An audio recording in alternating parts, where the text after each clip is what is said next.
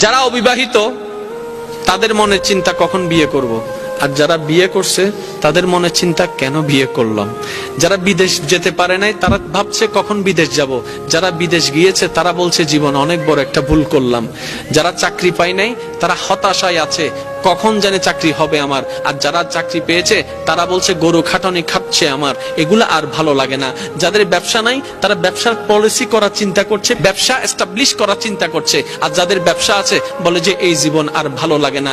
যাদের বউ নাই তারা বলে যে কখন জানি বউ আসবে আমার ঘরে, আর যাদের বউ আছে তারা বলতেছে আরে কেন যে আমি এই ফুলের মালাটা গলায় নিলাম। যাদের স্বামী নাই তারা বলে যে আমার তো কোনো কিছু নাই, আর যারা স্বামী আছে তারা বলে যে স্বামীটা পাওয়ার চাইতে না পাওয়া অনেক ভালো। আপনি যদি একটু ঠান্ডা মাথায় খেয়াল করে দেখেন, পানেওয়ালা যারা তারাও অসন্তুষ্টি, না পানেওয়ালাও অসন্তুষ্টি, কোটিপতিও অসন্তুষ্টি, গরিবও অসন্তুষ্টি। তাহলে সন্তুষ্টি কারা? তখন ইসলাম উত্তর দেয় পাও কিংবা না পাও, যতটুক পাও, কম পাও কিংবা বেশি পাও, সর্বদা যদি সুখী থাকতে চাও, পাও না পাও সর্বদা আলহামদুলিল্লাহ বলে আল্লাহ শুকরিয়া আদায় করতে থাকো। পাইলো আলহামদুলিল্লাহ, না পাইলো আলহামদুলিল্লাহ, গেলেও আলহামদুলিল্লাহ, না গেলেও আলহামদুলিল্লাহ। তুমি শুধু আপন রবের প্রশংসা খুশি মনে করতেই থাকবা, তোমার অশান্তি অন্তরে আল্লাহ পাক শান্তির ব্যবস্থা করে দিবেন। বলেন সুবহানাল্লাহ।